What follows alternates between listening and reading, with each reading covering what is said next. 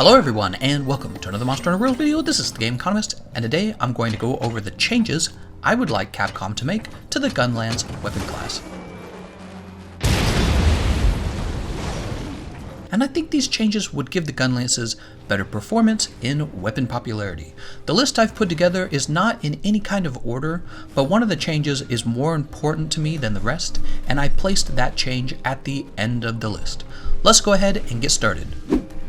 My first complaint is about weapon availability, because right now the best Gunlances are all basically earned through the RNG drops from Kulve-Taroth. Not only have I decided that I don't like the loot system Capcom used with Kulve-Taroth, namely because there's too many weapons in her loot pool, but I've also never loved the actual appearance of the weapons that she drops. Now, I could be the only one who feels this way about Kulve-Taroth's weapons, but to me, they're just reskins of existing weapon designs, and the reskins look like cheap gold colored paint.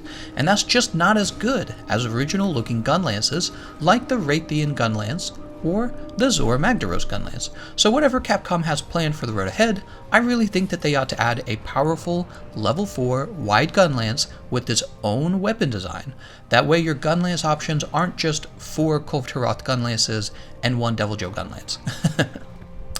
And since we're talking about the availability of craftable Gunlances, I think we also need to talk about another very important issue going on with the armor. Have you ever started putting a build together for the Gunlances only to realize you lack the one artillery decoration you would need to complete that skill, or you realize you don't own the capacity boost decoration? Well, that's too bad for you, because we are now almost a year out from the launch of the game, and if you search for armor pieces that offer artillery or capacity boost as a skill, you quickly learn that Capcom has not released any decent options for either of these skills. And although you can get around that issue for artillery by building the artillery charm, you really can't get around the capacity boost issue without taking a junky piece of outdated armor with you, or you could take the capacity boost charm, which is pretty inefficient. How sad is that? Capacity boost is one of the 2 ways to directly boost the output of shelling for Gunlances, and somehow for a year, Capcom has not considered throwing it into another piece of armor. For example, as of this video, we just got the Zor Magdaros Gamma armor set. What better set could there have been to throw the capacity boost into? Instead, we got Bombardier, which nobody asked for, and another Earplugs armor piece, which also nobody asked for. In my opinion, it was a badly missed opportunity, because we know capacity boost isn't being added with the Zenith Gamma set either, which only leaves Arch-Tempered Nergigante's armor set, and you just know Nergigante isn't going to have artillery or capacity boost because it doesn't match his style, it doesn't match his design.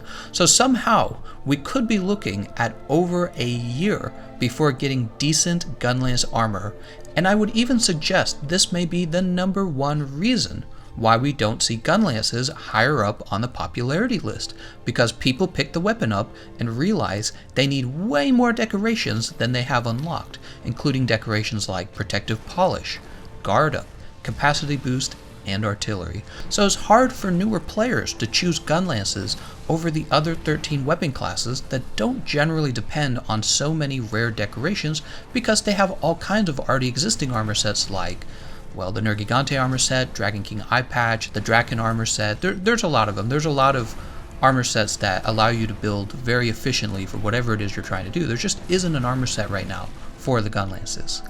Okay, so we started the list by talking about accessibility. Now I want to talk a little bit about quality of life changes Capcom could make to the Gunlance weapon class. Starting with the more technical issue I ran into, I'll try to make this as painless as possible for you guys to listen to so you don't get bored trying to sort out what the hell I'm saying. But basically the Gunlance has 2 nearly identical moves that flip button inputs when you want to use one over the other. I have no idea how Capcom let this mistake slip by, because they've done a pretty good job with all of the other weapon classes, but I know back when I was learning the Gunlance, this particular issue drove me nuts, and to this day I'll still mess it up, not because I don't know what's going on, but because what causes you to swap between the 2 moves is only whether or not you were pushing forward on the joystick. And of course, what I'm talking about is Rising Slash versus Overhead Smash. You get Rising Slash by pushing forward, you get Overhead Smash by simply leaving the joystick in a neutral position. They're basically the exact same move, except for that small difference of what you're doing with your joystick, and if you have it one way or the other, the button input, even though they're the exact same, they invert. You do the exact opposite, right? It's very confusing. It would be a very simple fix that I think even well-seasoned Gunlance users would quickly adjust to and probably agree with. So the third change I would make to the Gunlances would be a small fix to button input consistency. After that, I want to talk about something I find completely ridiculous, and that's the relationship between weapon sharpness and shell damage. Remember, shells are an explosive damage type like sticky ammo, wyvern ammo, and cluster bombs. Shells are represented by bullets shown in the upper right hand corner of your screen, and they come out of the nozzle of your weapon as if they were a bullet. So somebody explain to me why there is any kind of relationship between weapon sharpness and shell damage. Like, if you had an old World War I rifle with a bayonet on it, you're telling me the sharpness of that bayonet is going to change how much impact the bullet has? That would be complete nonsense and detract from the realism of what a gun does. And the name of the weapon we're talking about is literally the Gunlance. So what I'm suggesting in this case is for Capcom to completely remove the relationship between explosive damage and weapon sharpness. No matter how sharp the lance part of your Gunlance is, your shells should always be doing the same amount of damage, because they're not getting their damage from the blade on your weapon, they're getting their damage supposedly from something like gunpowder or the size of the bullet inside of the chamber, right? That's what actually causes bullets to do damage. You know, blade sharpness has nothing to do with it. So that's not saying that Gunlances shouldn't lose sharpness when they use shells. I'm okay with that, even though that seems like a bad gun design as well. But you know what? That can have a pass, because I can visually imagine the blade on a Gunlance suffering from constant explosions coming out of the nozzle. But once again, shell damage should not be related to the sharpness of the blade on the end of your weapon. It just flies in the face of gun and ammo physics. And besides that, it wouldn't really change the balance of the weapon class, so I don't really see a reason not to make this improvement to the Gunlances, and I think it would actually be funny running around shelling monsters with a weapon that has completely destroyed sharpness. The last quality of life change I want to ask for is pretty close to being considered a buff. However, it wouldn't necessarily change the damage output of the Gunlances. It would just make them feel like they rely less on luck, and instead more like you are being rewarded for your skill as a player, as well as increasing the viability of certain playstyles. Okay, so this change is going to make it so that if you make a mistake, you're going to be punished less. Basically, I think Capcom needs to improve the player's opportunity to use the shield that comes with the Gunlance. Like, first of all, consider this.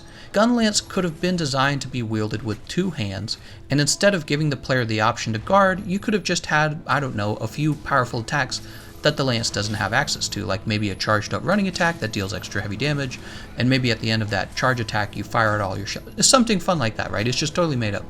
Instead, we have a Gunlance with a very heavy shield, right? It's the other heavy shield weapon in the game, which isn't itself a problem until you try to go and guard with it and discover that most of the Gunlance's attacks have tons of punishable long recovery frames. And so if you go to use the shield, you'll typically be in the middle of a long combination, or the Wyvernstake animation, or the Wyvernfire animation, and those attacks can take so long that there's just no way for you to predict what the monster was going to do in the next two moves. Right, so like think about Kieran. He likes to change up his moveset pretty frequently, and he pretty much makes most of the Gunlance moveset totally unviable. Which is why what I'm proposing is the ability to use the guard as an animation cancel. Okay, that's what I'm actually proposing here. So if you're in the middle of a long attack animation with the Gunlance, and you correctly recognize one of the monster's attacks are about to begin, rather than just taking damage or relying on the Rocksteady Mantle or the Baby Blanket, you can just guard the attack with your Great Big Shield, the same Great Big Shield that restricts and reduces your ability to move out of the way of those attacks. See what I'm suggesting? You'll essentially be able to animation cancel to go into the guard sooner. Like, what's the point of holding on to this giant shield if you are either A, so skilled with the Gunlance that you barely guard with it anyways, or B, refuse to use any of the Gunlance moveset that would stop you from being able to guard or react to a monster attack? A simple animation cancel with certain limitations would solve all of that and make some of the Gunlance playstyles a lot more viable, and also in my opinion a lot more fun and satisfying.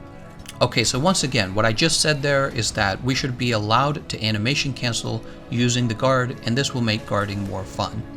My sixth complaint jumps right into being a straight up balance change, and it goes hand in hand with the issue of animation canceling, and that is, I want Capcom to increase the attack speed for the Wyvernstake animation. They don't necessarily have to reduce the number of recovery frames, meaning the entire move can take the exact same amount of time to get in and out of as it does right now. However, the Wyvernstake projectile should stick into the monster the moment you press the button to use your Wyvernstake. So to make sense of the change I'm suggesting, I'm actually going to show you two versions of Wyvernstake. Notice they begin and end at the exact same time because they have the exact same animation cost.